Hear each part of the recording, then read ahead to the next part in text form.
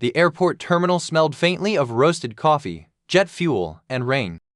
Storm clouds pressed low against the tall glass walls overlooking the runway, turning the afternoon light into a dull gray haze that filled the departure hall. Travelers moved in restless currents, rolling suitcases, murmured conversations, the occasional burst of laughter from families beginning vacations. In the middle of it all stood Emma. Her wrinkled hospital scrubs were the wrong shade of blue for this place, stained by old coffee and faint streaks of dried antiseptic. A thin foam neck brace forced her posture stiff and unnatural. Gauze wrapped around her left wrist, and a bruise the color of deep plum shadowed the side of her jaw. At her feet sat a single carry-on bag. Everything she had left.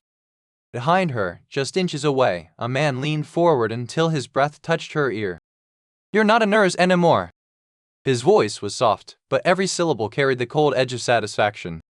Emma didn't turn around. She knew the voice too well. Richard Haldon, Chief Executive Officer of St. Meridian Medical Center. A man whose name hung on plaques throughout the hospital. A man who appeared in charity galas and medical journals. A man who smiled for cameras beside grateful patients. And a man who had spent the last 72 hours destroying her life. "You're a mental patient now," Haldon whispered, the expensive bite of his cologne cutting through the airport air. "Once you board that plane, I want you gone, completely vanished." Emma's fingers tightened around the boarding pass in her hand. The paper bent beneath the pressure, forming small creases. She didn't respond. Because responding was exactly what he wanted. Across the terminal, a security officer glanced briefly in their direction, but his eyes slid immediately toward Haldon's tailored charcoal suit and polished shoes. Authority had a uniform, and it didn't look like wrinkled scrubs. Haldon stepped away from her and transformed instantly. His posture straightened, his smile appeared warm, composed, almost compassionate. He approached the nearby airport security desk with the calm demeanor of a concerned professional. "I'm terribly sorry," he told them smoothly, "but that woman over there's a former employee of ours. She has been unstable recently." Emma heard every word. "She assaulted multiple staff members," Haldon continued. "We've been trying to help her, but she's convinced the hospital is conspiring against her. She's supposed to be on a flight out of the state for treatment." One of the officers frowned slightly. "Treatment?" "Yes," Haldon said gently. "Psychiatric care." The officer's gaze drifted toward Emma. To the neck brace. To the bandaged wrists. To the hollow exhaustion in her face. Then back to Haldon. The expensive suit won. It always did. Emma had learned that lesson quickly. Hospitals taught many things: how to stabilize trauma, how to read vital signs, how to hold someone's hand while they slipped away. But they didn't teach the most important truth. Power believed power. And nurses were replaceable. Haldon returned to her side moments later, lowering his voice again. "You should thank me," he murmured. "I arranged the ticket personally. A fresh start." Emma stared straight ahead. Through the tall glass windows. Through the rain beginning to streak down the outside panes. Through the reflections of passengers rushing past. And that's when she saw him. He stood near the windows. Unmoving in a sea of motion. Green camouflage uniform worn like a second skin. Broad shoulders carrying the relaxed tension of someone accustomed to violence. Silver threaded through his short military haircut, and a trimmed beard sharpened the lines of his jaw. He held a folded newspaper in one hand. But he wasn't reading it. He was watching the storm. The kind of watchfulness that didn't come from curiosity. It came from experience. Emma didn't know his name. But she knew exactly what he was. A Navy SEAL commander. The signs were subtle if you didn't know where to look. The posture, the stillness, the quiet way people instinctively gave him space without realizing why. Men like that carried gravity with them. Haldon noticed her glance and immediately leaned closer again. "Don't even think about it," he hissed. Emma said nothing. She didn't look at the commander again. She didn't shift her posture. Instead, she moved her right hand slowly down beside her thigh. Just one motion. Demar. Precise. 3 fingers curled inward, then extended. A signal. Invisible to anyone not trained to see it. A signal learned far from this quiet airport terminal. learned under the choking dust of Afghanistan. A signal that meant only one thing. I need help. But I cannot say it out loud. Across the terminal, the newspapers stopped moving. The commander didn't look up, didn't turn his head. But something changed in his body. The subtle tightening of shoulders, the slow folding of the newspaper, the deliberate rise from his seat. Haldon noticed it too. And for the first time since arriving at the airport, the color drained from his face. The commander began walking. Not toward Emma. Toward him. Haldon's carefully practiced smile flickered back onto his face. He stepped forward quickly. Sir, he said, extending a hand. Richard Haldon, CEO of St. Meridian Medical. The commander raised one hand. Just slightly. Haldon stopped mid-sentence. Not because the gesture was aggressive. Because it wasn't. It was final. The commander's eyes moved past Haldon. Landing on Emma. He studied the neck brace. The bruised wrist. The quiet exhaustion in her face. Then his gaze shifted back to Haldon. And the temperature in the terminal seemed to drop 10 degrees. The commander spoke calmly. Ma'am, he said without taking his eyes off Haldon, did you signal me because you're in immediate danger? Emma swallowed. Her voice came out barely above a whisper. Yes? Haldon laughed awkwardly. Oh, this is ridiculous, he said quickly. She's confused. I'm her employer. Former employer, Emma said softly. Haldon's smile tightened. She's unstable, he insisted. We've been trying to get her psychiatric help. She attacked staff members. She is dangerous. The commander glanced once at Emma's wrists. Then back to Haldon. Funny, he said quietly. Haldon blinked. What? That's exactly what they said about the last nurse who tried reporting you. Silence. Real silence. Not the background noise of airports. The kind that happens when truth enters a room. Haldon's eyes flickered. Just once. The commander noticed. So did Emma. Airport security radios crackled nearby. An officer approached hurriedly from the main desk. Sir, he said to the commander, we just received a call from the Pentagon. Haldon froze. Not a flinch. Not a step. Total stillness. The officer continued. They are requesting we detain Mr. Haldon immediately. Haldon laughed again. Too loudly. The Pentagon? He scoffed. That's absurd. But his eyes were already scanning the terminal. Exit routes. Security positions. Witnesses. The commander stepped slightly closer to Emma. Not touching her. Just standing there. The message was unmistakable. She wasn't alone anymore. Haldon's voice sharpened. This is harassment. I have attorneys. I run one of the largest hospitals in the state. The commander tilted his head slightly. And somehow, he said calmly, the nurse is the one wearing a neck brace. 2 airport police officers stepped forward. Haldon turned red. You can't arrest me. She assaulted me. The commander didn't blink. Call your lawyer, he said. And tell him to bring bail money. Emma felt her knees weaken slightly. Not from fear. From the sudden release of tension she'd carried for 3 days. She hadn't expected anyone to believe her. Not a stranger. Not a SEAL commander she'd never met. And yet here he was. Standing between her and the man who had tried to erase her. The commander finally looked directly at her again. What's on your phone, Emma? Her stomach dropped. She hadn't told him her name. Haldon noticed too. His eyes widened. Emma slowly reached into her pocket. Her phone was still there. Inside it lived everything. Photographs of altered medication logs. Recordings of Haldon threatening her. Evidence that could destroy him. Or get her killed. Haldon lunged suddenly. Give me that phone. Police grabbed him instantly, slamming him backward. She lie, he shouted. She stole confidential medical records. People were turning now. Phones rising. The terminal was watching. The commander remained calm. Ma'am, he said quietly to Emma. You're not getting on that plane. Emma stared at him. For the first time in days, she didn't feel like she was about to disappear. But she also realized something terrifying.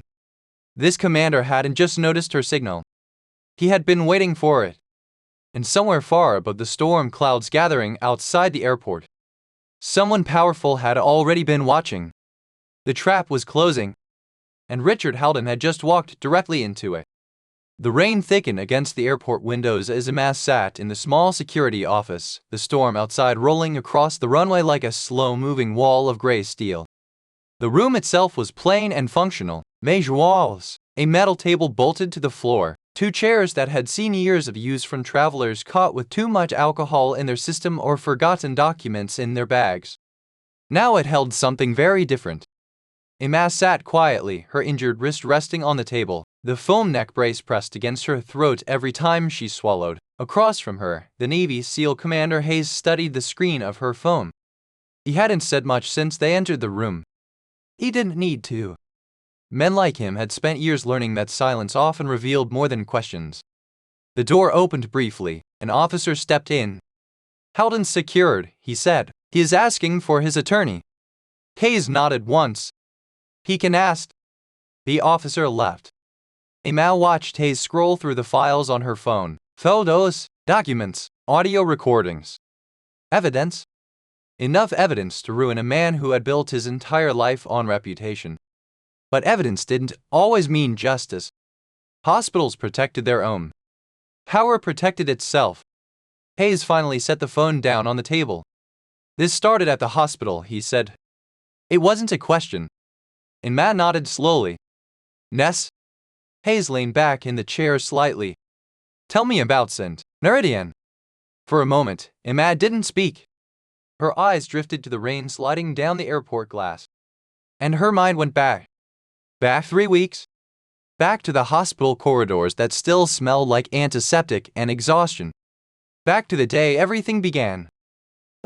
Meridian Medical Center was the kind of hospital that appeared on magazine covers. Glass architecture, cutting-edge equipment, donor names etched into marble walls. To patients and visitors, it looked like a place where miracles happened. To the staff, it was something else entirely.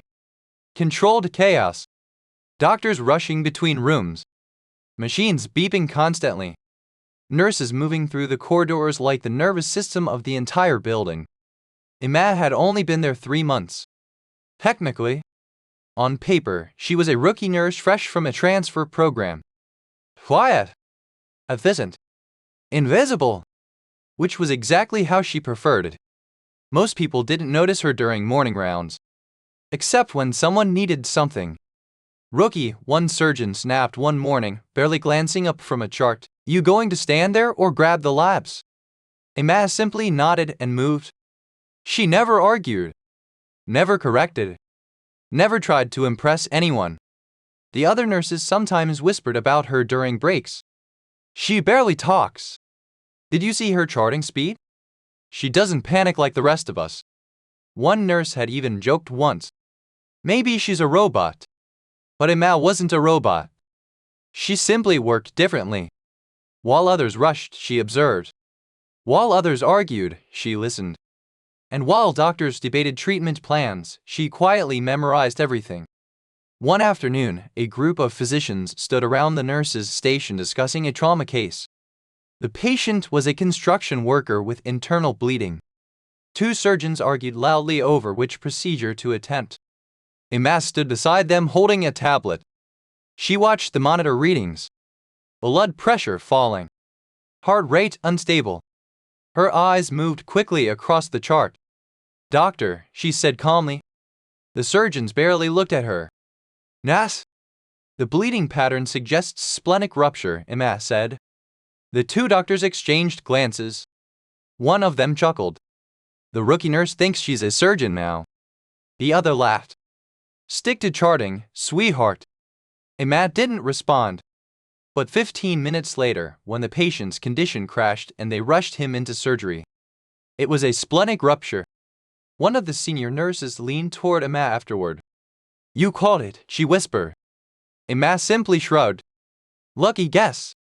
But it wasn't luck. It never was. 3 days later, the emergency arrived. The ambulance sirens echoed through the hospital bay just after midnight. A military transport vehicle followed behind it. Emma was working the night shift in the trauma unit when the doors burst open. Multiple injuries, a paramedic shouted. The stretcher rolled inside fast. The patient was massive. A man built like reinforced steel. Blood soaked through the bandages wrapped around his abdomen and shoulder. A patch sewn onto his uniform caught Emma's eye immediately. Navy SEALs. The trauma team rushed into motion. Doctors shouting orders. Machines powering up. The lead surgeon, Dr. Caldwell, glanced at the chart. Gunshot wound, he muttered. Complications from prior injury. The patient was unconscious, but his heart monitor was unstable. Very unstable. Emma stepped closer to the stretcher. Her eyes moved quickly over the wounds. One thing bothered her immediately. Something about the bleeding pattern. Something the others hadn't noticed. Doctor, she said. Caldwell waved her off impatiently.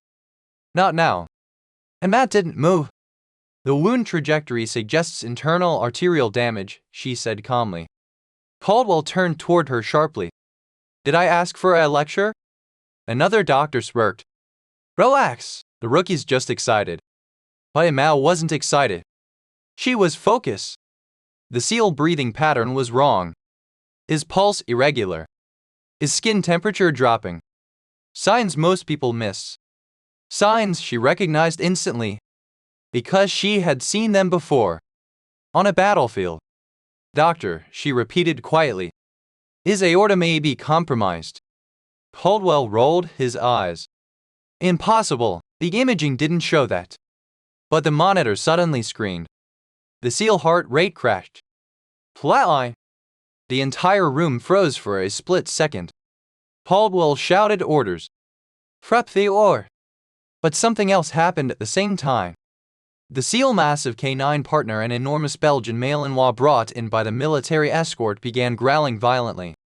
The dog lunged toward anyone who approached the stretcher. Except one person. Emma?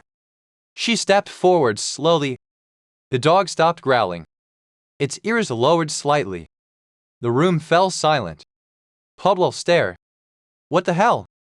Emma leaned down beside the dog. Her voice barely above a whisper. It's okay, she said. Then she placed one hand on the SEAL's shoulder. Her other hand moved quickly. Precise. Confident.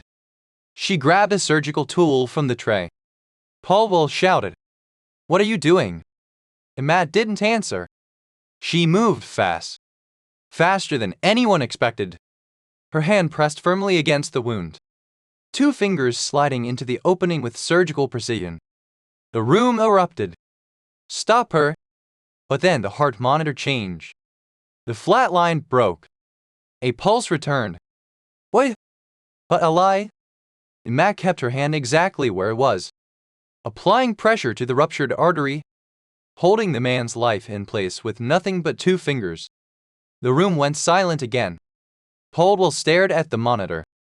And Emma, how did you know? He asked. Emma didn't look up. I've seen it before. That answer only made the doctors laugh again. On TV, one of them joked.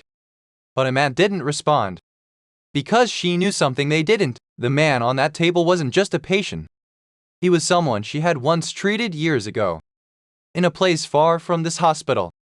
A place where survival depended on instincts no medical textbook ever taught. And the signal she had used earlier that day at the airport wasn't the first time she had used it.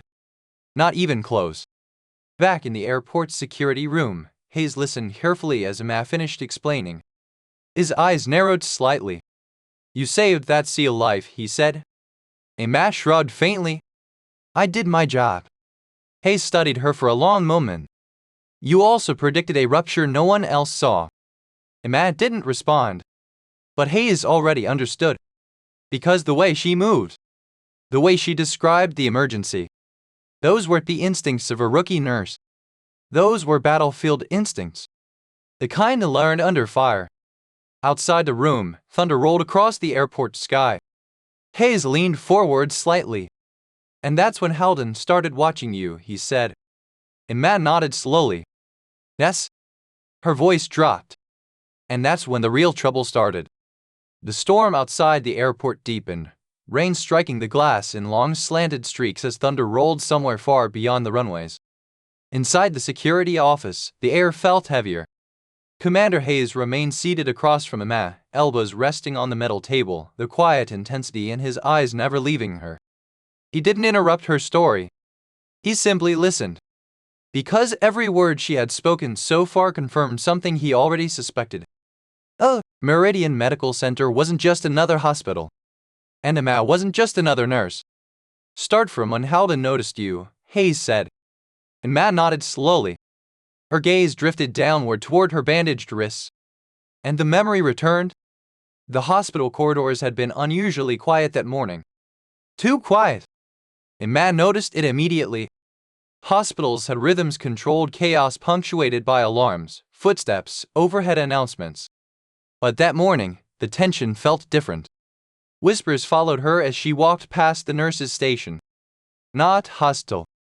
Just curious. Because word had spread quickly through the trauma department. The rookie nurse had saved the seal. Officially, the surgeons had taken credit. But nurses talked. They always did. And several had seen exactly what happened. Emma ignored the whispers. She had learned long ago that attention was dangerous. Especially attention she hadn't asked for. She stepped into the medication room to prepare the next round of Roman 4 antibiotics. That's when she heard a voice behind her. Miss Emma Torres. She turned. Richard Halden stood in the doorway. He looked exactly the same as he had at the airport, perfect suit, perfect posture, perfect smile. Except now there was curiosity behind his eyes. Good morning, he said pleasantly. Emma nodded politely. Sir. Halden stepped inside the room. He closed the door behind him. The click of the lock was soft, but deliberate. I've been hearing interesting things about you, he said. Emma continued preparing the medication. What things? Halden leaned casually against the counter. They say you saved a Navy SEAL last night. I assisted the trauma team, Emma replied calmly. Halden chuckled. Don't be modest. His eyes drifted toward her hands. Then her wrist. Then back to her face. Where did you learn to do something like that? Emma didn't hesitate. Training. Halden tilted his head. What kind of training? Emma finally looked at him. Nursing school. For a moment, Halden studied her. Then he smiled again. But this time it wasn't friendly. Well, he said slowly. That must have been one very interesting nursing school. He pushed himself off the counter, straightened his jacket, and walked toward the door. Before leaving, he paused. You should come see me in my office later. Emma nodded. Yes, sir. Halden opened the door, then added casually over his shoulder. Oh, and Emma? Yes. Try not to surprise my surgeons again.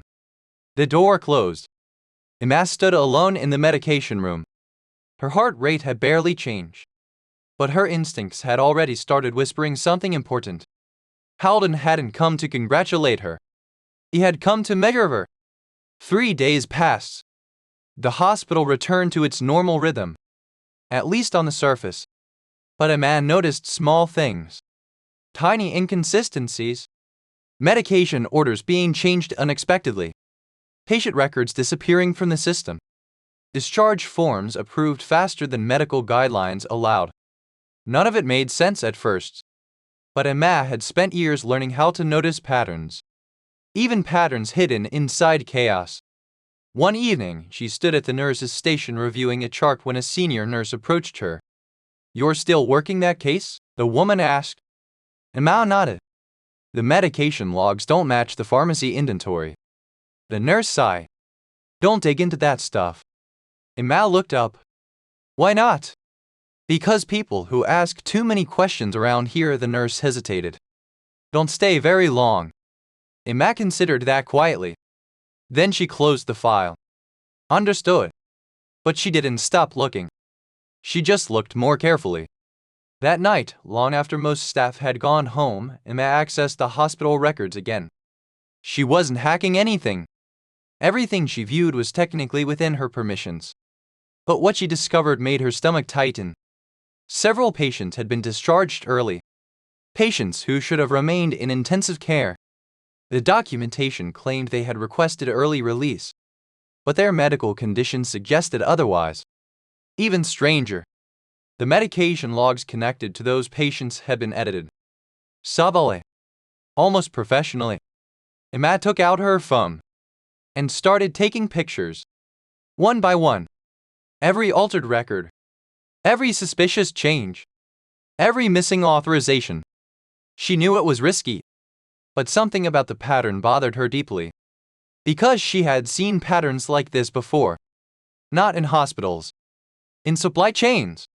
Military supply chains. Where equipment sometimes vanished. And someone always made money when it did. The next day, she reported the discrepancies. Quietly. Through official channels. The response came quickly. Too quickly. Emma was called to the executive floor. The administrative hallway smelled different from the rest of the hospital. Less antiseptic. More expensive. Carpet instead of tile. Art instead of medical diagrams. Richard Haldon's office occupied the corner. Floor-to-ceiling windows. A view of the city skyline. Power displayed through architecture. Emma knocked once. Come in. Haldon sat behind a massive wooden desk. He gestured politely toward a chair. Sit down. Emma remained standing. Haldon smiled thinly. I understand you've been reviewing patient records. Yes, sir. And taking photographs of them. Emma didn't answer. Haldon leaned back. His smile faded. You should know something about hospitals, Emma. His voice had changed. Colder now. More honest. Sometimes records get complicated. I noticed. Haldon steepled his fingers together. You're a new nurse, still learning how things work. Emma nodded slightly. Yes, sir. So let me give you some advice. His eyes locked onto hers. Stop looking. The room fell silent. Emma spoke quietly. Patients were discharged while still critical. Haldon didn't react. Medication logs were altered. Still nothing. You're responsible for those records. Haldon finally smiled again. But there was no warmth left in it. You're very observant. Emma didn't respond. Haldon stood slowly. Walked around the desk. Stopped directly in front of her. You know what happens to nurses who make accusations they can't prove? No? They become unreliable. He stepped closer. So unstable that no hospital will hire them. Another step? So unstable the medical board starts asking questions. Another step? So unstable people begin wondering if maybe. He leaned closer. They're mentally unwell. Emma remained perfectly still. Haldon studied her face carefully. Looking for fear. Looking for weakness. He saw neither. Which annoyed him. You should delete those photographs, he said. Emma nodded once. I'll think about it. Haldon's smile returned. I'm sure you will. The parking garage was nearly empty that night. Emma finished her shift just after midnight. The hospital lights glowed faintly above the concrete structure. Her footsteps echoed softly as she walked toward her car. Halfway across the garage, she heard another set of footsteps. Behind her. Confident. Emma stopped. Turd. Richard Haldon stepped from the shadows. His suit jacket was gone. His sleeves rolled up. You're very stubborn, he said. Emma didn't answer. Haldon walked closer. I told you to stop looking. Emma kept her voice calm. I reported what I saw. Haldon's eyes hardened. You reported it to the wrong people. Emma's heart rate increased slightly. But her expression didn't change. Haldon stepped closer. Too close. You think anyone will believe you? He laughed softly. Anaris? His hand grabbed her wrist suddenly. Hud. Pain shot up her arm. Emma tried to pull away. Haldon shoved her backward. Her body slammed into a concrete pillar. The impact knocked the air from her lungs. Her neck snapped against the column. Haldon leaned down close. "You're finished," he whispered. "By tomorrow, every hospital in this state will know exactly how unstable you are." He released her wrists, turned, and walked away, leaving her alone in the echoing garage. Emma stayed on the ground for several seconds, breathing slowly, letting the pain settle. Then she reached into her pocket, pulled out her phone, and pressed stop. The recording ended. Back in the airport office, Hay stared at her. "You recorded him," he said. Emma nodded. "Yes." Hayes exhaled slowly. "That's why he tried to force you onto the plane." "Yes." Thundercrack outside again. Hayes leaned forward. "There's one more thing," he said. Emma looked up. "What?" Hayes' voice dropped slightly. "The SEAL you saved at the hospital." "Yes." "He wasn't just any soldier." Emma's eyes narrowed slightly. Hayes continued. "He was part of a classified task force investigating something." "What?" Hayes held her gaze. "A trafficking pipeline." The words hung in the room. Emma's stomach tightened. Hayes spoke quietly. "And your hospital?" He tapped the phone on the table. "Might be connected to it." Emma slowly leaned back in her chair. Because suddenly everything made sense. The altered records, the early discharges, the missing medications. Patients weren't being released early. They were being moved. And Richard Haldon had been running the operation. The storm outside the airport deepened into a steady roar. Rain battered the long glass walls overlooking the runway, blurring the shapes of aircraft taxiing through sheets of gray water. Lightning flashed briefly in the distance, illuminating the entire terminal like a camera flash. Inside the security office, Emma sat quietly. Commander Hayes stood near the door now, arms folded, the silence between them filled with everything she had already revealed. But there was still more. The part that explained why Richard Haldon had panicked. The part that explained why the Pentagon had become involved. Hayes finally spoke. "You said the SEAL woke up." Emma nodded slowly. "Yes." Hayes gestured toward the chair again. "Start there." The trauma ICU was quieter than the emergency department. Machines hummed steadily. Ventilators whispered rhythmically. Every room held someone balanced somewhere between life and death. The SEAL patient had been placed in a private room under heavy monitoring. Military personnel stood outside the door. 2 Marines. And the large Belgian Malinois canine that had nearly attacked the doctors earlier. Emma entered the room late that afternoon during her rounds. Technically, she had not been assigned to that patient. But the trauma nurse on duty had asked her a simple question. "Hey rookie," the nurse said casually, "that soldier seems calmer around you. Can you check his vitals?" Emma nodded. "Of course." When she stepped into the room, the canine immediately lifted its head. Its eyes locked onto her. The dog stood slowly, walked toward her, then stopped. The tension that had filled the room earlier was gone. The animal simply watched her quietly. Emma crouched beside it for a moment. "Hey there," she whispered. The dog's ears lowered slightly. "Recognition." "To us?" Something the others had not understood. The SEAL stirred in the hospital bed. Emma stood and approached the monitors. His vitals were improving. But barely. The damage to his abdomen had been severe. His body had lost too much blood before reaching the hospital. Emma checked the Roman 4 lines carefully. Then she noticed something strange. One of the medication settings had changed.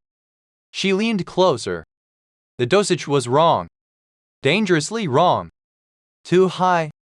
If left running, the medication would slow his heart dramatically. Possibly stop it. Emma adjusted the settings immediately. Then she checked the chart. The order had been entered by someone with administrative authorization. Not a doctor. Her stomach tightened. Footsteps sounded in the hallway. Dr. Caldwell entered the room. The same surgeon who had mocked her during the emergency. He glanced at the monitor. "Vitals improving," he said. Emma nodded. "Yes." Caldwell leaned against the counter. Good work last night, he added casually. Emma blinked slightly. Compliments from Caldwell were rare. Thank you, she said. Caldwell studied her briefly. You've got good instincts. Then his tone changed. But next time, let the surgeons handle the procedures. Emma said nothing. Caldwell checked the chart. His expression shifted slightly. Why did you change the medication dosage? Emma answered calmly. It was set incorrectly. Caldwell frowned. I entered that order myself. Emma turned the tablet toward him. The timestamp blinked clearly on the screen. The dosage had been changed 2 hours after Caldwell's order. By someone else. Caldwell stared at the screen. Emma. I didn't do that. Emma nodded. I know. For a moment neither of them spoke. Then the heart monitor suddenly shrieked. The seal pulse dropped sharply. Blood pressure crashing. Emma reacted instantly. Cardiac instability, she said. Caldwell rushed to the bedside. What the hell? The canine barked once, sharp and urgent. Emma's eyes moved rapidly across the monitors. She recognized the pattern immediately. Internal bleeding again. But this time deeper. Edem. Caldwell hesitated. We need imaging first, he said. There's no time, Emma replied. Caldwell snapped. You don't make that call. But Emma had already seen the signs. Skin temperature falling. Pulse irregular. The bleeding had restarted inside the abdominal cavity. If they waited for imaging, he would die. Emma stepped forward. Doctor, she said quietly. We need to decompress the abdominal pressure now. Caldwell shook his head. That's an or procedure. Not if he arrests first. The monitor screened again. Pulse nearly gone. The room filled with staff. 2 more doctors rushed in. What's happening? Internal rupture, Caldwell muttered. We need to move him. Emma grabbed a surgical tray. Caldwell turned. What are you doing? Emma didn't answer. She already had the scalpel in her hand. The other doctors stared. You're not authorized. Emma moved faster than they could react. One precise incision. Exactly where the pressure was building. Blood spilled across the surgical drapes. But immediately, the monitor changed. Pulse returning. The pressure released. Caldwell froze. The entire room fell silent. Emma applied pressure with surgical gauze, holding the internal bleeding steady. The canine sat beside the bed, watching her calmly. One of the doctors whispered, How did she know? Caldwell stared at Emma. You could have killed him. Emma kept working. He was already dying. No one spoke after that. Minutes later, the surgical team rushed the seal into the operating room. This time, Caldwell didn't stop her from assisting. But when the surgery ended, everything changed. Emma was called to the administrative office the next morning. Richard Haldon stood beside the desk. Doctor, Caldwell sat nearby. Neither looked pleased. Haldon spoke first. You performed an unauthorized surgical procedure. Emma remained calm. Yes. Caldwell crossed his arms. You risked the patient's life. Emma looked at him. He survived. Caldwell didn't answer. Haldon leaned forward. Survival doesn't justify insubordination. Emma said quietly. He would have died if we waited. Haldon smiled coldly. That's not your decision to make. He slid a document across the desk. Effective immediately, you are suspended pending review. Emma looked at the paper. Then at him. Haldon added calmly. You're lucky we're not revoking your license. Emma stood, picked up the document, and walked toward the door. Before leaving, she said something simple. You should check your medication logs. Haldon's smile vanished. But Emma was already gone. That evening, the seal regained consciousness. The first person he saw when he opened his eyes was Emma. She stood beside the bed checking the monitor. The canine lifted its head and wagged its tail. The soldier's voice was rough. Medic? Emma paused. She turned slowly. The seal squinted at her, recognition spreading across his face. Angel 6? Emma's expression didn't change, but the room felt suddenly smaller. She spoke quietly. You're safe now. The soldier stared at her. They told us you were dead. Emma didn't respond, because that part was complicated. Back in the airport's security room, Hayes finished listening. His jaw tightened slightly. Angel 6, he repeated. Emma looked away. Hayes shook his head slowly. No wonder the dog trusted you. He stood, walked toward the window. Outside, the storm was beginning to break. Then Hayes turned back toward her. There's something you need to know. Emma looked up. The seal you saved? Hayes said. He reported everything before he lost consciousness again. Emma's stomach tightened. What did he say? Hayes' voice was steady. He said the hospital wasn't just moving patients. He paused. They were moving people connected to classified operations. Emma felt the room tilt slightly. Hayes finished the sentence quietly. And your CEO was selling them. The rain outside the airport had slowed to a steady drizzle. Gray clouds still hung low over the runway, but the storm had begun to lose its fury. Planes moved again in the distance, their lights blinking faintly through the mist. Inside the terminal, however, the tension had only grown heavier. Commander Hayes stood beside the security office window, his posture rigid, listening to the quiet chatter coming through the radio clipped to his shoulder. Emma sat at the metal table, her hands folded loosely in front of her. Her breathing had finally slowed, but the weight of what Hayes had just said still pressed against her chest. Your CEO was selling them. The words echoed in her mind. Not just patients. People connected to classified operations. Soldiers. Informants. Witnesses. Anyone whose records could be quietly altered and moved through a hospital system without questions. Hospitals were perfect cover. Paperwork, transfers, medical privacy laws. All the ingredients needed to hide someone in plain sight. Emma spoke quietly. So the SEAL was investigating the hospital. Hayes nodded once. Yes. Did he know about Halden? Not directly, Hayes said, but he knew someone inside St. Meridian was facilitating disappearances. Emma leaned back slightly. And then he was shot. Hayes didn't answer right away, because they both knew the implication.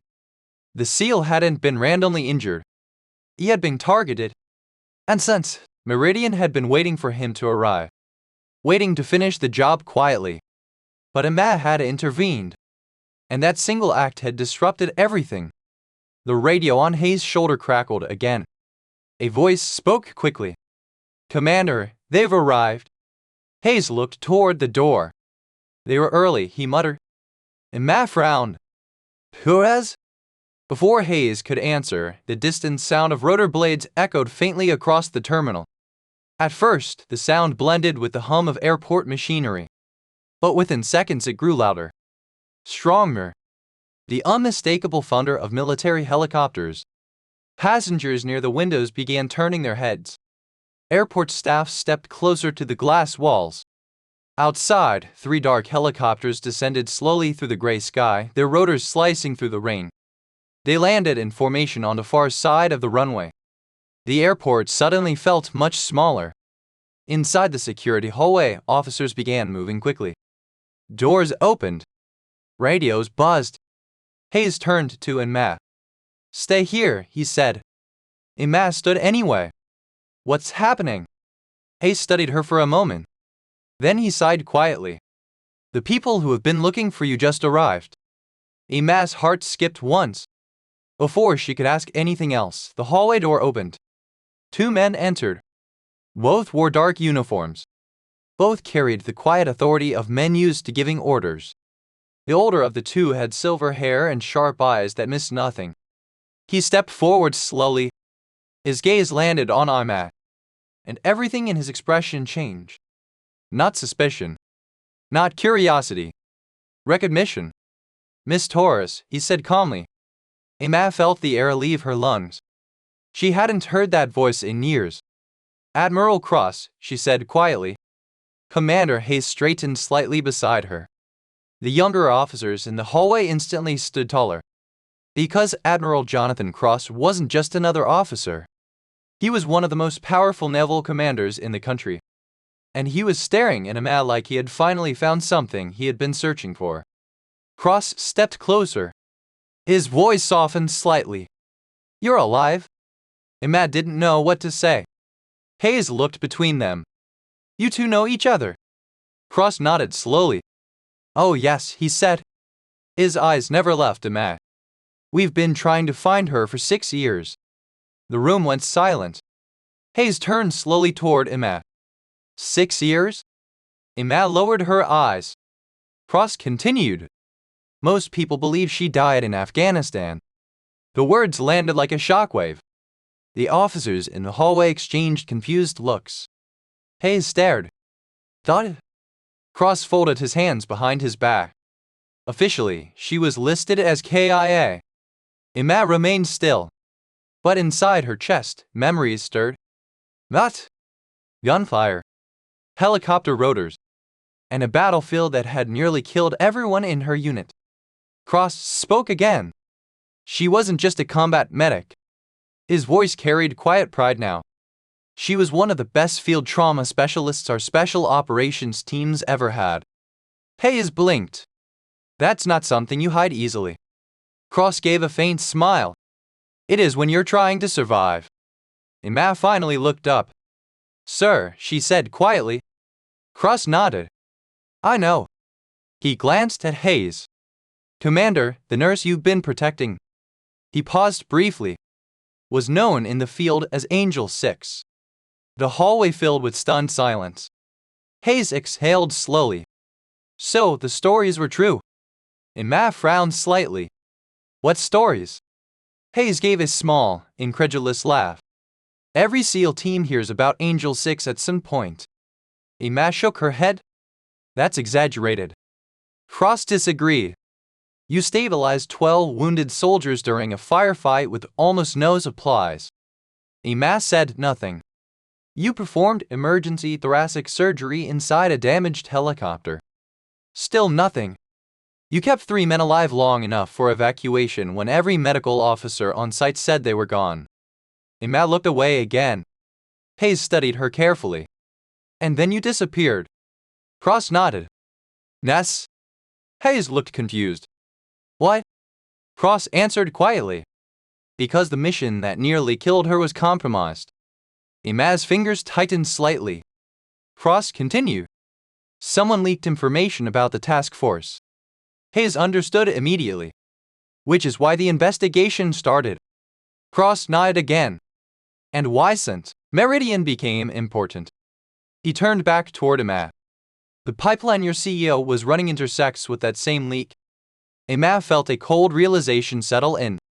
So Howden wasn't just selling patients. "No," Cross said. "He was selling access." Silence filled the room again. Hayes ran a hand across his beard. "And the nurse he tried to erase." Cross finished the thought. "Was the one person who could expose everything." At that moment, the hallway door opened again. 2 airport officers escorted Richard Howden inside. His suit was wrinkled now.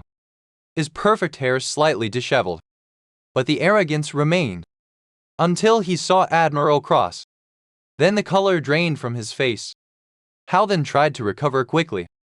"I demand to speak with my attorney." Cross ignored him. Instead, he gestured toward Emma. "Mr. Howden," he said calmly. "Do you recognize this woman?" Howden sneered. "Of course, she's a disgruntled former employee who..." Cross cut him off. "She's also the medic who saved multiple Tier 1 operators during one of the most classified operations in the last decade." Howden stopped talking. Cross stepped closer. "And she's the person whose testimony just connected you to an international trafficking investigation." Howden's mouth opened slightly. For the first time. He had no response. Hayes leaned against the wall, watching the moment carefully. Because the powerful hospital CEO who had mocked a nurse in wrinkled scrubs had just realized exactly who she was. And the room had become very quiet. Richard Haldon had spent most of his life controlling rooms, boardrooms, fundraisers, press conferences. He had built his reputation on the calm confidence of a man who always knew how to steer the conversation, how to bend narratives until the truth disappeared behind carefully arranged words.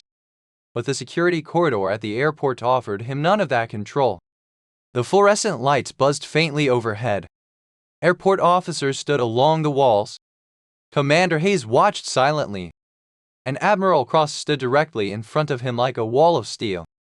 Haldon swallowed once. "You're making a mistake," he said, his voice attempting to reclaim authority. "I run one of the most respected hospitals in this state."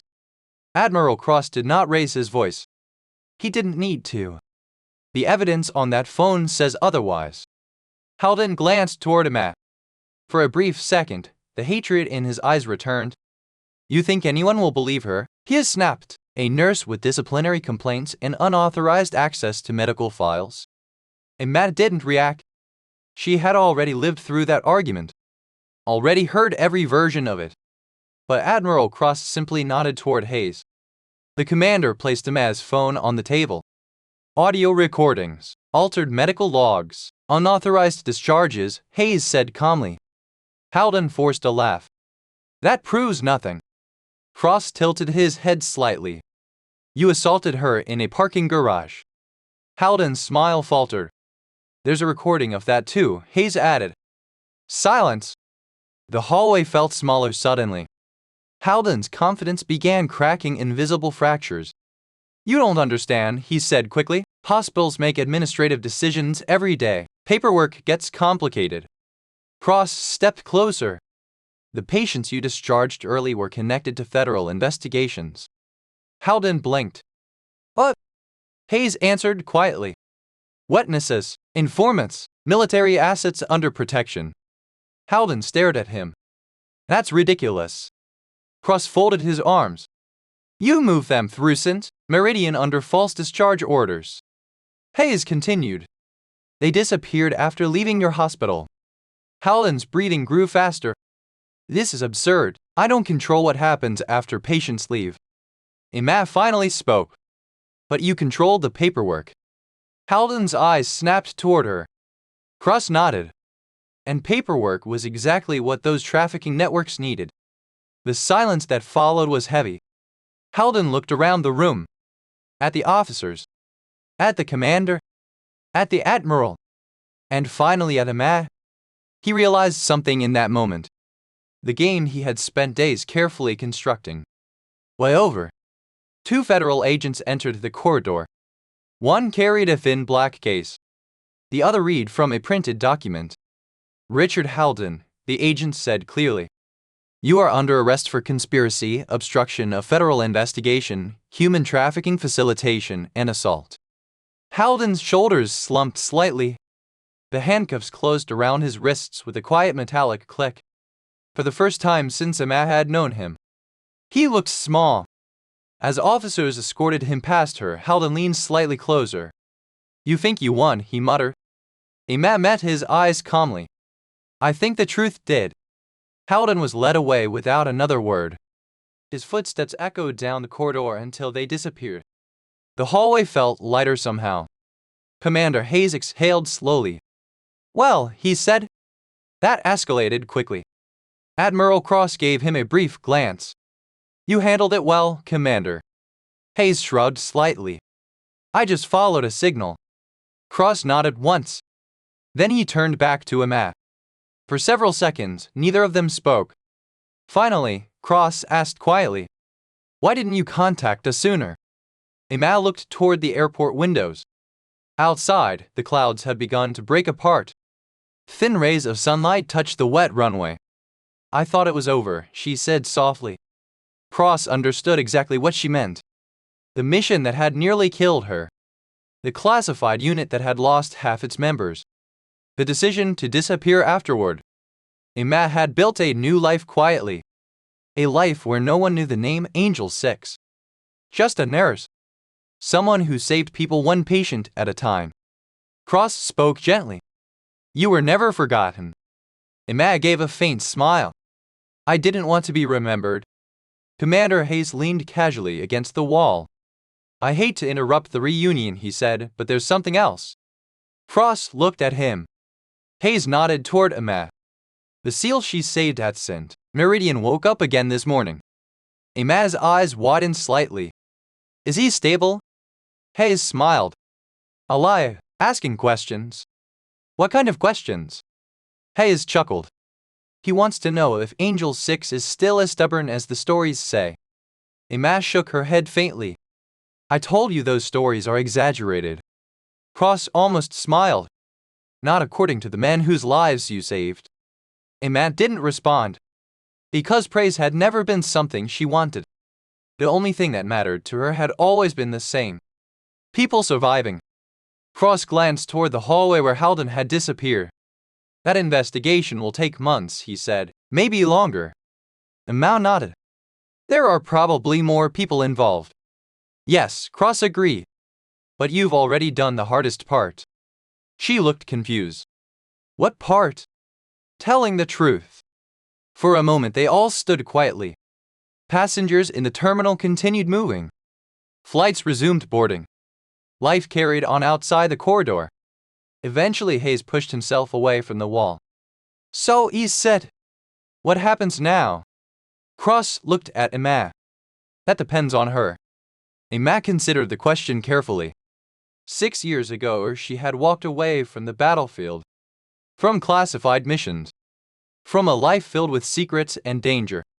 She had chosen something simpler. A hospital. Patients. Helping people in quieter ways. Cross waited patiently.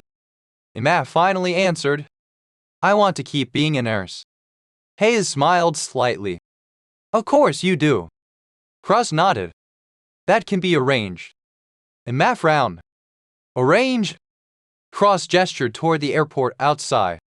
There are hospitals that train military trauma teams, he explained. Places where experience like yours would be valuable. Hayes added. Teaching new medics how to save lives before they ever reach a battlefield. Emma thought about that. Teaching instead of fighting. Passing knowledge forward. Saving lives in a different way. It felt right. I'd like that, she said quietly. Cross extended his hand. Then welcome back. Emma shook it. Not as a soldier. Not as a classified operative. Just as someone who knew how to keep people alive. Outside the window, sunlight finally broke through the clouds. The storm had passed. And somewhere inside the busy airport terminal, the quiet nurse who had been mocked, dismissed, and nearly erased, walked away with something far more powerful than revenge. Take that. True. And the knowledge that sometimes the people the world overlooks are the ones who hold it together when everything falls apart. Because heroes don't always wear medals. Sometimes they wear wrinkled scrubs, tired eyes, and a calm voice that refuses to give up on life. And sometimes, all it takes is one quiet signal for the truth to finally be seen. If this story moved you, like the video, subscribe to the channel, and comment what you would have done in Emma's place.